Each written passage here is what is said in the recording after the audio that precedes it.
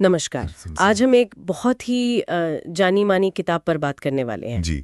Think and grow rich. Napoleon Hill की किताब है ये। हाँ, 1937 में आई थी, लेकिन कमाल है कि आज भी इसकी बात होती है। सही में। हमारे पास ना इस पर एक ताज़ा समीक्षा है, तो आज देखेंगे कि भी लगभग 90 साल पुरानी किताब में ऐसा क्या है जो आज भी लोगों को अपील करता है। हाँ, ये जानना दिलचस्प होगा। समीक्षा एक बात तो बिल्कुल साफ करती है कि ये किताब सिर्फ पैसा कैसे कमाए इसके बारे में नहीं है। बिल्कुल नहीं। तो फिर है क्या? इसका असली साल क्या है? चलिए इस समीक्षा की मदद से थोड़ा समझते हैं। जी। तो समीक्षा का जो सबसे पहला पॉइंट है वो ये कि किताब का मेन फोकस है आपकी सोच बदलने पर। हाँ, ये बहुत महत्वपूर्ण है। ये कोई टिप्स और ट्रिक्स की लिस्ट नहीं, बल्कि एक तरह का मानसिक बदलाव है। बिल्कुल। और समीक्षा इसी बात को हाईलाइट करती है कि हिल का मानना था कि सफलता बाहर के हालात से उतनी नहीं आती जितनी अंदर से। हाँ, जितनी आपकी अपनी सोच से आती है। आपकी मानसिकता वही सब तय करती है।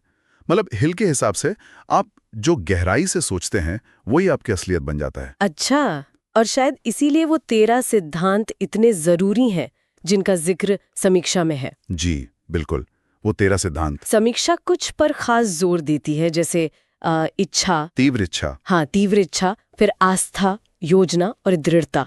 समीक्षा कहती है कि ये सिर्फ शब्द नहीं है। नहीं, ये मानसिक औजार हैं, टूल्स हैं एक तरह के। सही। जैसे समीक्षा बताती है, हिल के इच्छा का मतलब सिर्फ यूं ही कुछ चाह लेना नहीं है।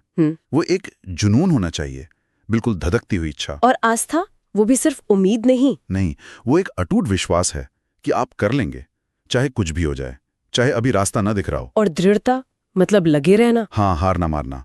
समीक्षा इस पे बहुत जोर देती है कि हिल के मुताबिक बिना दृढ़ता के कोई बड़ी चीज हासिल करना लगभग नामुमकिन है। समीक्षा में एक और दिलचस्प बात उठाई गई है, हिल का वो मास्टरमाइंड वाला सिद्धांत। हाँ, मास्टरमाइंड ग्रुप। जी, हिल ने कहा था कि एक जैसे लक्ष्य वाले लोग जब साथ आते हैं तो उनकी ताकत बढ़ जाती है। समीक्षा कहती है कि आज के डिजिटल जमाने में भी ये बात लागू होती है। हाँ, शायद रूप बदल गया है। ऑनलाइन कम्युनिटीज हैं, मेंटरशिप ग्रुप्स हैं।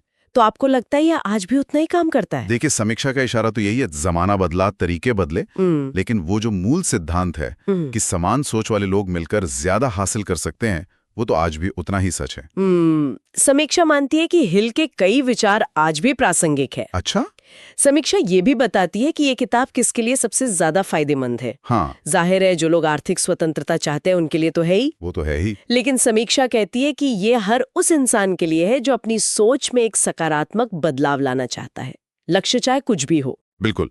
और यहीं पर समीक्षा एक बहुत जरूरी बात कहती है। वो इन सिद्धांतों को अपनाने के दोहरे फायदे बताती है। दोहरे फायदे कैसे? एक तो हाँ, वित्तीय सफलता की संभावना बढ़ती है। ठीक है। और दूसरा, व्यक्ति को आत्मसंतुष्टि भी मिलती है। मतलब ये सिर्फ अमीर बनने का नुस्खा नहीं है। अच्छा, तो ये एक ज्यादा बेहतर उद्देश्यपूर्ण जीवन जीने का तरीका भी है। हाँ, समीक्षा का यही कहना है। और वो एक सवाल भी उठाती है कि सच्ची सफलता क्या सिर्फ पैसों में है या अंदर की खुशी संतुष्टि में।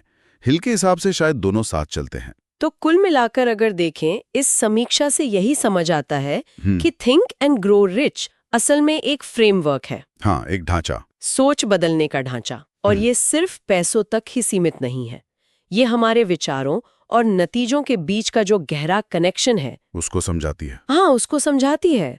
और समीक्षा मानती है कि ये आज भी रेलेवेंट है क्योंकि ये इंसानी मनोविज्ञान पे आधारित है। बिल्कुल सही। और जाते जाते समीक्षा एक सवाल छोड़ जाती है सोचने के लिए।